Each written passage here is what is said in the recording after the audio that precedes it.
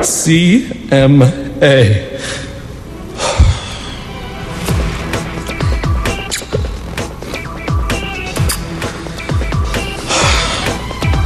CMA. Each day, you continue to teach me about life and about the way it should be lived.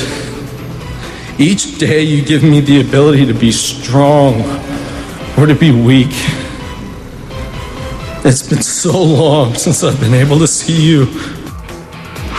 What heart-wrenching. Tonight, blockbuster developments and explosive allegations in the Casey Anthony murder case. We continue with Issues, a special presentation, our exclusive primetime interview with Casey's lawyer, Jose Baez. The remains of little Kaylee's precious remains were found in December 2008. These details are absolutely horrifying. Evidence points to a killer who wrapped duct tape around this child's head and then placed the child inside a laundry bag and then a sealed plastic bag before leaving it in the woods.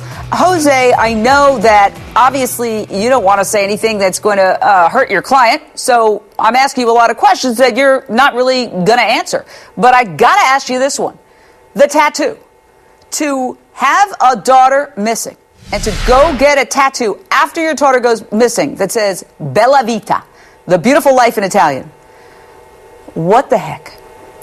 Well, you're asking to interpret something, and you're asking me to interpret another person's actions, and I think we will discuss that at trial, but I don't think anyone can discuss intelligently another person's interpretations of the things they do. So specifically in this situation, it is something that we will, if we're dealt with it at trial, we will deal with it. Now, if you remember, there are numerous cases out there that have happened where a tattoo doesn't say whether you killed someone or not. All you have to do is look at the most recent case, the Cynthia Summers case, where her husband, the Marine, died, and she was, evidence was brought in that she was out partying. She got breast implants and things like that.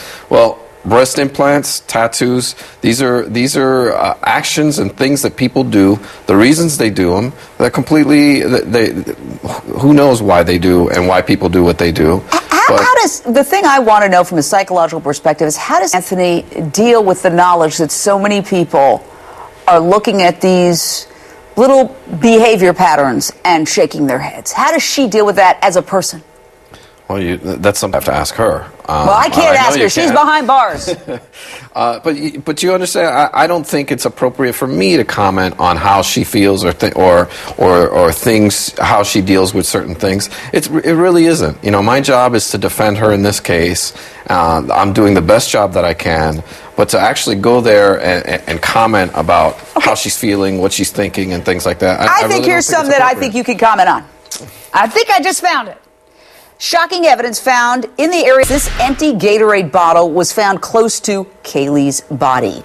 Inside, traces of the knockout drug chloroform. Also inside this very bottle, a plastic baggie holding a syringe. In that syringe, more traces of chloroform and testosterone. Now, this baby doll had traces of chloroform. The doll was found inside Casey's car. Investigators also found high levels of chloroform in the trunk of Casey's car, and they discovered somebody searched how to make chloroform. And next, Jose, you argue that the levels of chloroform found on some of these items, particularly on the Gatorade bottle, are very low. What is your explanation for the appearance of chloroform? Well, first of all, chemistry is something that needs to be analyzed in a scientific way. Taking this Gatorade bottle individually, you might as well throw that on the mountain of other things that have been misreported in this case.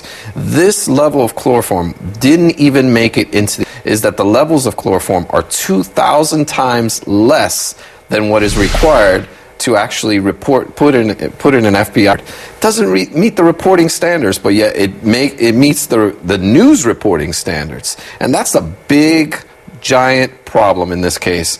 And that has happened on numerous pieces of supposed evidence on this case. It gets well reported, it doesn't get well clarified, and that's been the big problem with this case.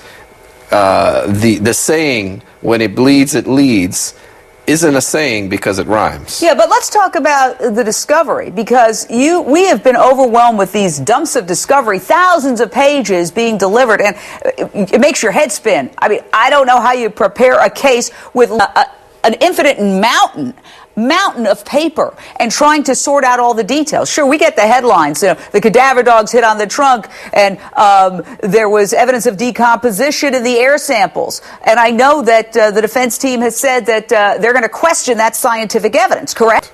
But how do you deal with preparing a case when there's just that mountain of evidence? And do you feel that they're hitting you with a lot of paperwork to confuse you? The answer to your first question is one page at a time. The way I look at it is they have to go through it too. So we're going to do our job, and that's exactly why we have a team of lawyers working. Hitting you with all this paperwork and making it as confusing and as scattered as possible to make your job more difficult. Well, if that's the prosecution's strategy, I don't think it's going to be very successful, because we're going to go through it all. There's no shortcuts when defending and when you're dealing with someone's life at stake. You can't take the shortcuts. So if it takes us longer to get through all of the evidence, there's 20,000 pages. We're going to go through those 20,000 pages, page by page, paragraph by paragraph, line by line, and we're not taking any shortcuts. So when is this trial going to ever happen, given that it keeps getting pushed back? When is it going to happen? Well, we're certainly hoping to go sometime in the summer of next year. But if we keep getting discovery, we're going to have to keep going through it and investigating it. And until we've gone through every page of discovery, it would be foolish to try a case, especially a death penalty case, or any case for that matter, without having all of the facts. Well, if they are trying to overwhelm me with paperwork, it could boomerang, because from what I've seen of criminal cases, the longer it takes to go to trial, the better it is for the defendant, because people's memories get weak and people die, they disappear, things change, and the freshness of the case disappears, and there's a staleness that comes into it. Do you feel that if it gets pushed back, that's good for you? We don't really look at it that way, because Casey wants her day in court, and she pled not guilty to this case, and she wants to have her day in court and fight these charges. What no one also seems to on also is how many of these forensic exams that were done on this case actually exculpate her. They went through every single pair of shoes that Casey owns, and checked soil samples, textile fibers, DNA, everything that they've done in this case. There's mountains of evidence that actually exculpate. Point. If it were the other way around, and it actually pointed the finger at Casey, every smoking gun, but every time it comes out and it doesn't point to Casey, everybody turns around and says, "Oh, that's not important." I want you to look at this footage. This is footage of you going out with a circus. It's windy, it's raining, it's a madhouse. Those who said that you've been too sort of emotionally attached to her, they point to the fact that you had your arm around her. What do you make of those criticisms? I think it's a joke. I mean, there are some good journalists covering this case, and unfortunately, there are some others that are just trying to get ahead of the others and try to find something explosive and nasty to talk about, and to suggest that I have anything going on with my client is ridiculous. And does it make you angry?